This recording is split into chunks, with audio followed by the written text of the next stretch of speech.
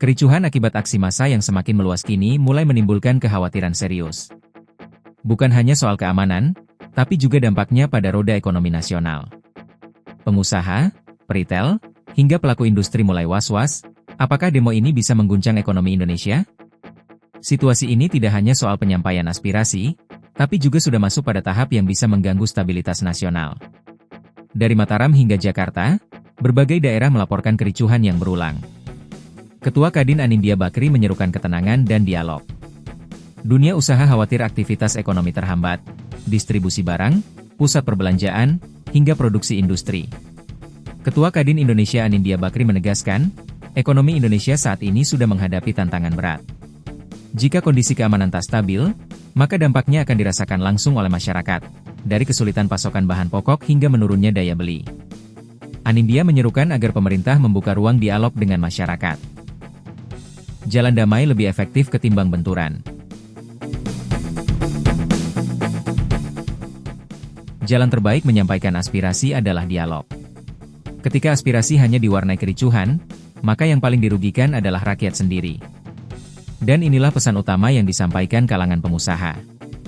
Ketua Hipindo Budi Harjo Idwansjah mendukung aspirasi rakyat tapi minta kondusif. Retail pusat belanja adalah motor ekonomi nasional. Jika rusak, efek domino bisa meluas. Permintaan agar pemerintah menjamin keamanan di pusat aktivitas publik, mal, pasar, jalur distribusi logistik. Hipindo menekankan, pusat perbelanjaan bukan hanya tempat belanja, tapi juga denyut ekonomi nasional. Jika terganggu, maka mata rantai ekonomi rakyat ikut runtuh.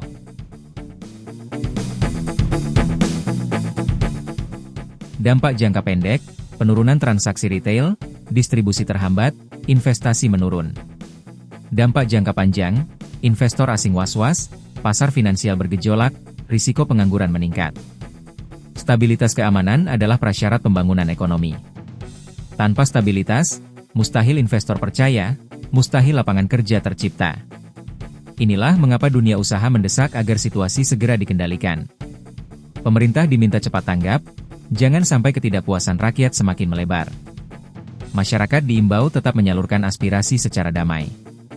Dunia usaha mengajak semua pihak saling percaya demi kepentingan bersama. Dialog, ketenangan, dan saling percaya adalah kunci. Hanya dengan cara itu ekonomi Indonesia bisa kembali berjalan normal. Indonesia saat ini menghadapi ujian berat, menjaga stabilitas politik sekaligus menjaga agar ekonomi tetap bergerak. Pertanyaannya, apakah bangsa ini bisa menemukan jalan keluar yang damai, atau justru terjebak dalam pusaran kericuhan yang semakin meluas?